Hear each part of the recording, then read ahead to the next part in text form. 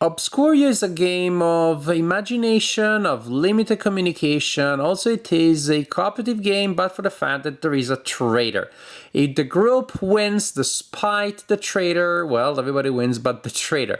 If the group loses, the traitor wins. Another plot twist is that in the main group, most people play the role of wizards, but one player is a book. Yes, a grimoire. So the bad news is that the wizards have been trapped in this gigantic library made of different rooms that all look exactly the same, a veritable maze there, and they're trying to get out. The traitors try to confuse them, the traitor wants them to be lost in the library forever, and the player controlling the grimoire wants to help the wizards escape, and the grimoire will win together with the wizards. However, it's a book. You are a book. You don't get to speak out loud. You speak with the language of illustration, of images. It just so happens, in fact, that you're an illustrated book with complete incomprehensible words in it. What are the odds? So you have this like really neat game piece here, which represents, well, the grimoire. You have a stack of cards with very imaginative, surreal illustration, a la Dixit, When I Dream, Shadows Amsterdam, and a lot of other games. Muse, and a lot of other games of that kind. Which means also that these cards are just very enjoyable for the surreal art. Now, you have the stack of cards, you have the grimoire, and then you have the library. Here you place a disc for each player in the game, with the exception of the grimoire, and they represent the various wizards. Each player, with the exception of the grimoire, receives one of these cards at the beginning of the game, and if you're the grumpy owl, you're one of the good wizards. If you are this thing here, whatever that is, then you are the traitor. And of course, players will keep their identity secret throughout the game. Here we have, again, the library. Here we have the area where we will place 6 images. They represent the 6 exits. Each turn, the players will need to figure out which is the exit that the wizard, that the grimoire has seen at the beginning of the round.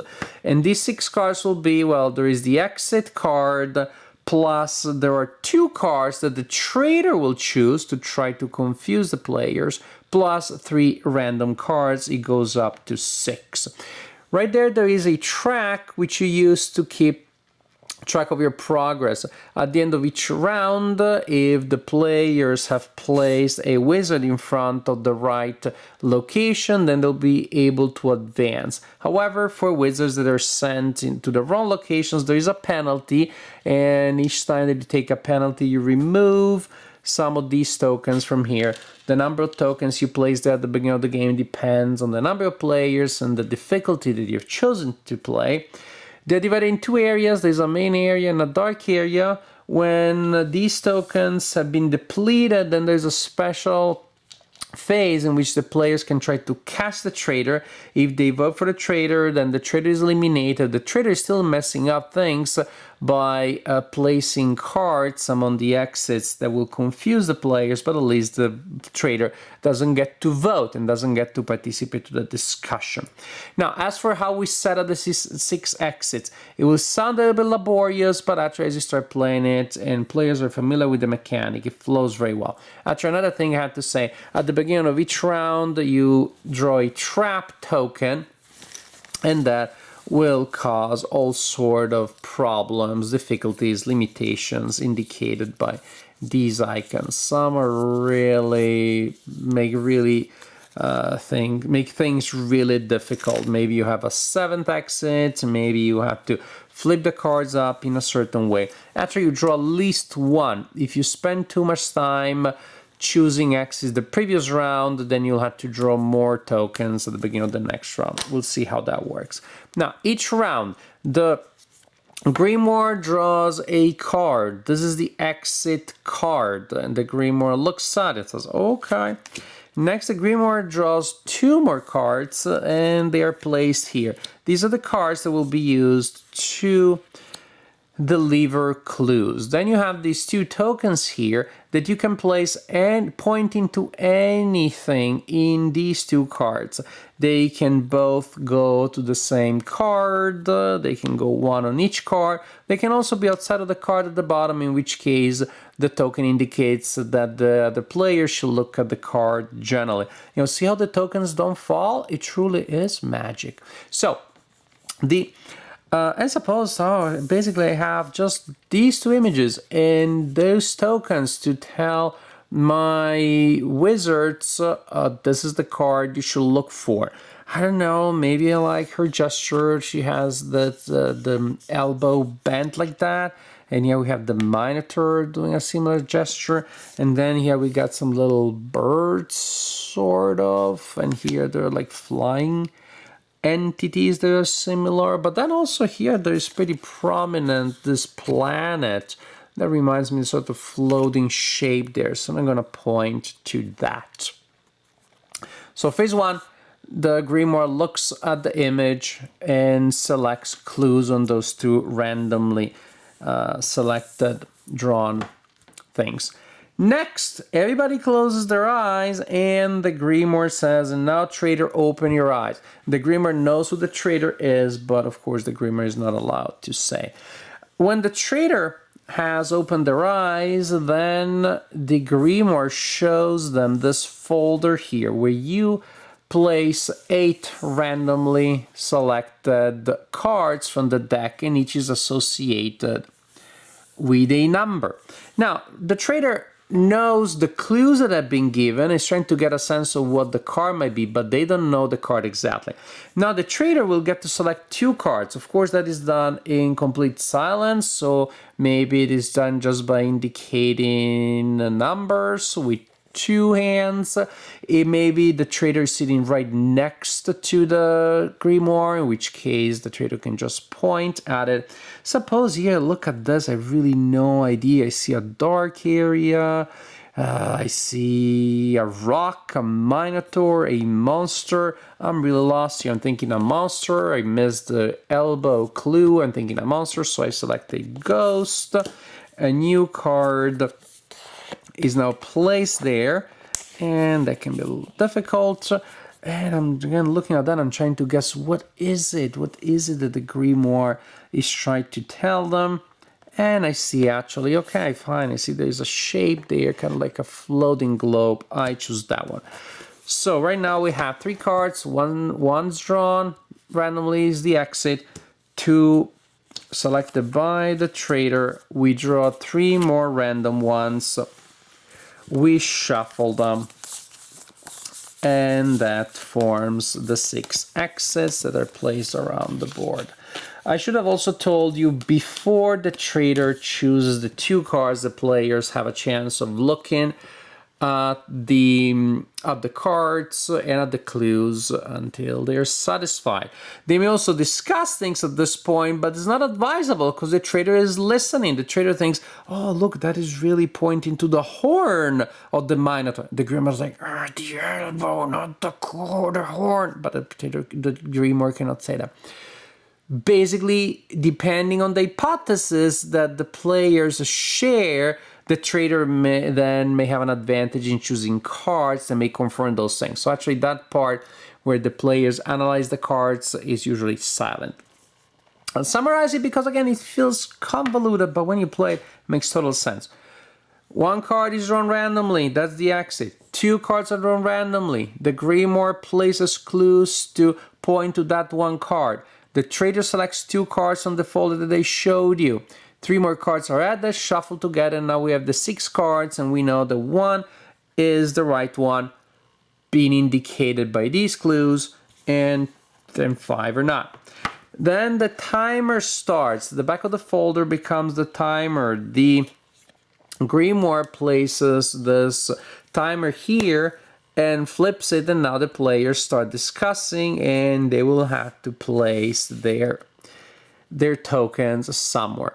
They can take a long time if they want, but if the timer empties, then we're starting on the next one, and these symbols mean that depending on where the timer stops, there may be just 1 trap token drawn next turn, 1 plus 0, that is still 1, or maybe 2, 1 plus 1, or plus 2, or plus 3. And those tokens are merged, so you really want, if possible, to make your selection within I think it's a minute that the timer points to. And players can decide to go to different places, cover as many bases as possible, increasing the chances that will go to the next stage, will advance that token. It takes only one wizard in front of the right card to advance that token. However, then you get penalties for each wizard that is not in the right spot. So actually, if everybody could go to the right spot, that would be ideal, with exception maybe, of course, of the Traitor doesn't want that. When everybody places their token, suppose it's like so, the grimoire reveals what the exit was. If at least one wizard is from the right exit, you advance that token there. If you're in the right last space and the token advances once more, then the players win because they leave the library. However, for each token is not in front of the right door or that was not assigned at all, then tokens are removed from here. And important, you put them in front of the player that made that mistake. So after a while, it's like, how come the Sam has all of those tokens? It always gets it wrong. So that may give an indication who the traitor is, of course, so who is innocent but looks like a traitor because they honestly keep messing up. So there's an interesting element here that adds to the deduction of the game. As the traitor, if you see that people are messing up anyways, then you go for the right door and you look very innocent. You build credibility that way. So at the end of a round, some tokens may be removed from here, and or the door token may advance there. If these tokens are exhausted before the wizards leave the library, then the traitor wins. If the wizards leave the library before they've lost all the tokens, then the wizards and the grimoire together win the game. Obscurio has turned out to be a big hit in my group. We really enjoyed the creative aspect that comes from the kind of communication that the grimoire is forced to use, and the traitor's secret identity element, which really works well here because there are just so many things that you can take into account as you're trying to figure out who did what. Other games in that sense can be a little more linear. Say the resistance doesn't really give you much to go about, with the exception of, well, is the player good at lying or not. Here's not just about being good at lying, but really about the kind of clues that are available and why did that player do that thing? Why did that player vote on that thing? Because of course, if a player plays consistently wrong, they will start looking like the traitor, which they may not be.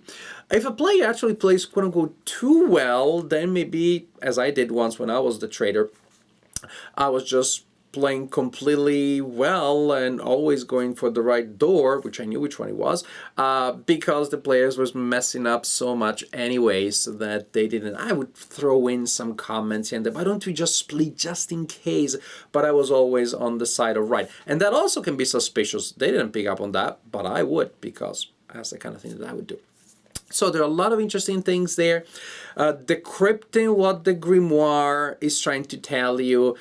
Wait a second, is that little arrow actually touching the line or almost touching? It's touching the edge of the figure. Doesn't mean the grimoire is trying to indicate the shape. And sometimes, again, you place that right next to the elbow, just clearly there, and they're looking like, okay, it's indicating the woman. I'm like, no, that maybe I'll put it more at a distance. But that's kind of the fun, to try to decrypt that.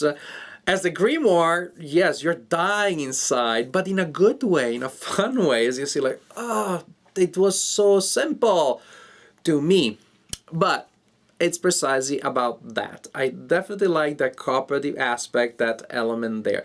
So it can be tricky, and actually, the traitor will tend to win a lot. The task for the other players is tough.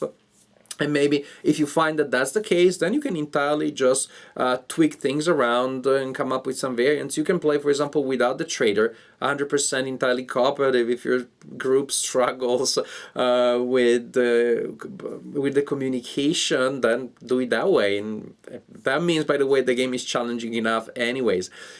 change the number of tokens that the players can remove from the board when they make a mistake. Definitely interesting. You can adjust the difficulty very easily. As is, I like really the mechanics, the interaction between the communication that you have here and the traitor that is trying to messing things up. I also like the special phase that happens once per game in which you can try to vote out the traitor. It just seems to me that somehow the traitor mechanic is integrated here in a way that is more interesting. It has more layers than you have in a lot of other traitor games, in which is almost just like 1-0, either or, yes or no. Here, technically it is, because you're a traitor or you're not. There is no middle ground, but there is a lot that you can digest and try to interpret to make somebody look like the traitor. A lot that you can do when you're the traitor to try to blame someone else, to frame someone else. In a certain sense, this kind of traitor mechanic I found in Battlestar Galactica. I had that level of fun without actually having to go to a game that is pretty long, is not that easy to teach. It's pretty involved. That quality of traitor mechanics you don't find very often. At least I don't find it very often. I think it's excellent. It's done in an excellent way here, and it's just really fun. The game may seem a little laborious at the beginning when you go through all of those steps to set up the situation, and then it's 1 minute of gameplay, because you don't want actually to take a lot more than that. But once players become familiar with the flow, that's not a problem. It moves much faster. When you are quote-unquote not doing anything, you're still thinking, well, those 2 clues were available. Why did Sam choose that one instead of that one? Is he the traitor, etc, etc, etc. So I found that I was entertained regardless of the role that I was having, even though quote-unquote the actual gameplay was just 1 minute. But by then actually I'm also been thinking about the clues, about what other people have done, trying to catch the traitor, trying to figure out what the heck the grimoire is trying to tell me. It's fun. I found myself engaged with the design constantly, which is, of course, to me, the hallmark of a good game. Obscurio, it's beautiful to look at. It has great art. It has fun mechanics. It has really interesting interactions. I liked it. Definitely liked it. Big hit in my group, where you had players that kept asking, can we play more? Can we play more? And I was one of them. So that tells you that I enjoyed the game. Obscurio, I think it's a really fun game.